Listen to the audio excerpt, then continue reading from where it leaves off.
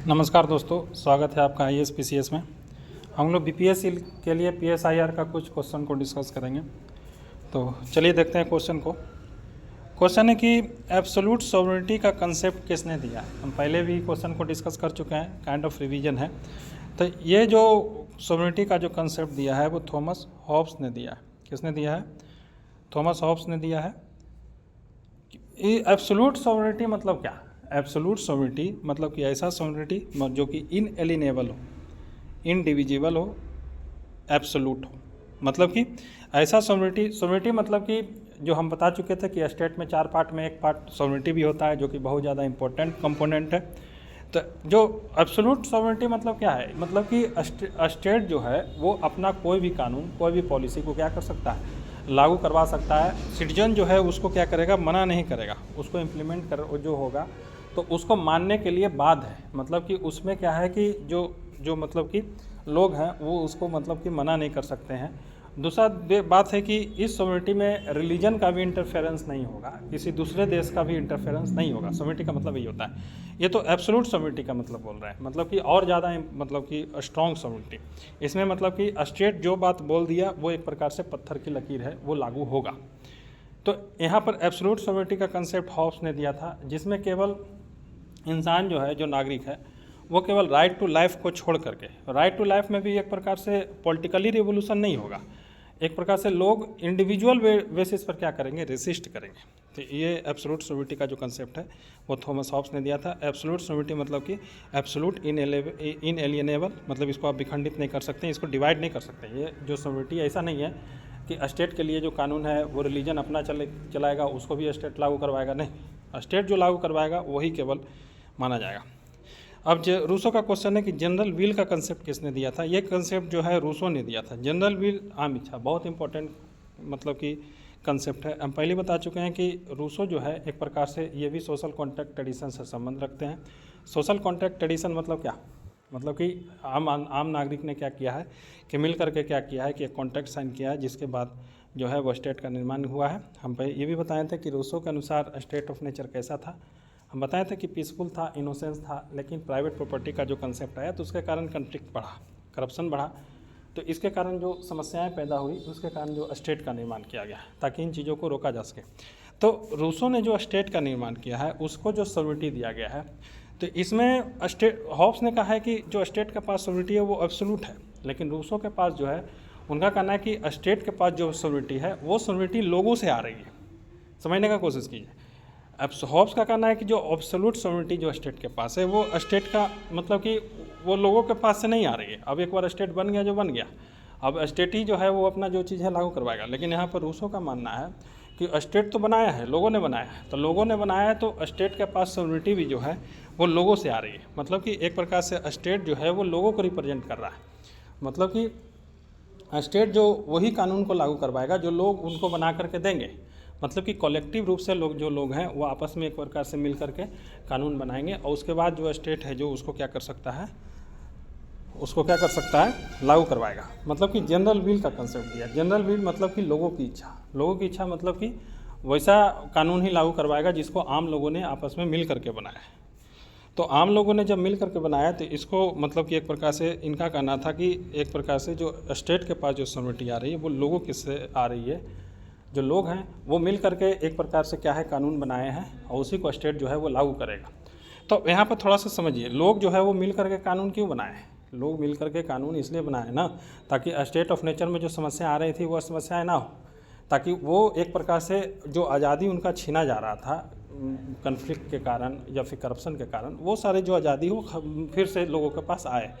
तो स्टेट जो है वो एक प्रकार से जो कानून लागू करवाएगा, वो जो वैसा कानून लागू करवाएगा जो एक प्रकार से लोगों ने मिल करके बनाया।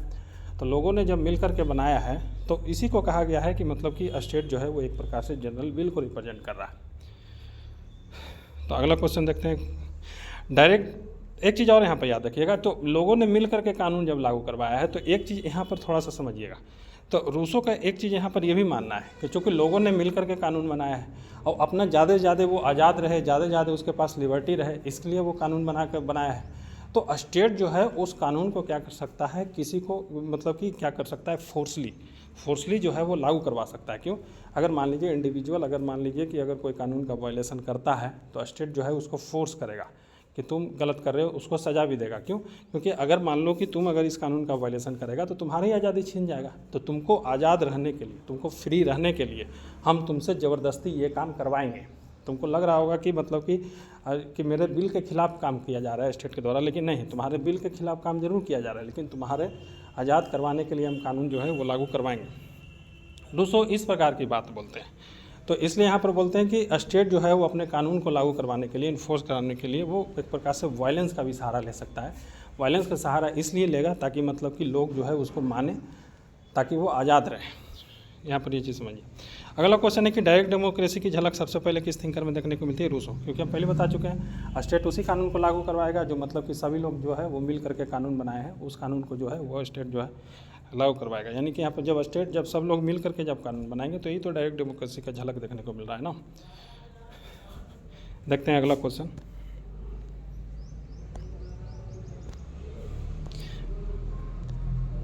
अगला क्वेश्चन है कि स्टेट अफेयर में लोगों का पार्टिसिपेशन की बात सबसे पहले किसने किया है?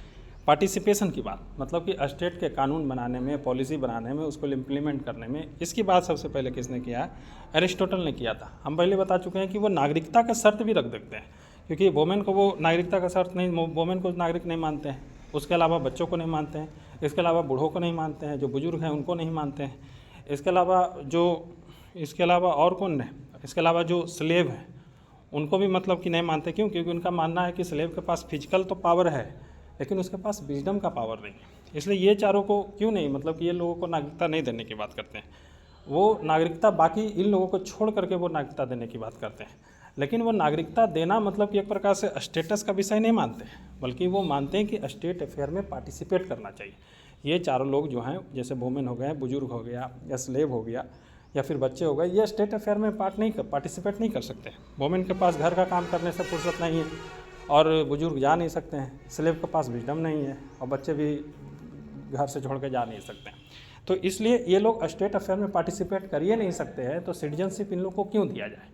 उसी प्रकार से जो भी मतलब कि जो मास्टर लोग हैं जिनको नागरिकता वो देने की बात करते हैं, वो इसलिए उन लोगों को नागरिकता देने की बात करते हैं ताकि वो स्टेट अफेयर में पार्टिसिपेट करें, कानून को बनाए, पॉलिसी को बनाने में मदद करें। तो यहाँ पर पार्टिसिपेशन मतलब कि स्टेट अफेयर में पार्टिसिपेशन की बात सबसे पहले एरिस्टोटल ने किया था। लेकिन हम एक चीज़ फिर बोल रहे हैं, इन्होंने पार्टिसिपेटरी डेमोक्रेसी की बात नहीं की है, क्योंकि हम पहले बता चुके हैं कि एरिस्टोटल जो है वो एक प्रकार से पॉलिटी को बेस्ट फॉर्म ऑफ गवर्नमेंट मानते हैं, डेमोक्रेसी को वो अच्छा नहीं मानते, वो उसको मोब रूल मानते हैं, मतलब कि एक प्रकार से भीड़ों का मतलब कि रूल। इसमें एक प्रकार से डेमोगोग लीडर जो है वो इमर्ज होकर के आता है। इसलिए पार्टिसिपेशन की बात सबसे पहले एरिस्टोटल ने किया था। अगला क्वेश्चन, रूसो के अनुसार स्टेट व पीपुल एज ए होल में से कौन सॉवरेन है? पीपुल एज ए होल हम पहले बता चुके हैं कि स्टेट को लोगों ने मिल करके बनाया है, लोगों के द्वारा बनाए गए कानून को जो है वो स्टेट इम्प्लीमेंट करने की कोशिश करेगा, यानी कि स्टेट के पास सॉवरेनिटी जो है वो लोगों पीपुल एज ए होल से आ रही है। जबकि हॉब्स का क्या मानना है कि स्टेट जो है वो अपने आप में सॉवरेन है, उसकी सॉवरेनिटी जो है वो लोगों से नहीं आ रही है। हॉब्स के अनुसार स्टेट को बनाने के लिए लोगों के बीच में कितना सोशल कॉन्ट्रैक्ट साइन हुआ है? एक, ये रिवीजन का क्वेश्चन है, याद रखिएगा। तो ठीक है दोस्तों, आज के डिस्कशन में बस इतना ही है। मिलते हैं अगले डिस्कशन में, तब तक के लिए धन्यवाद।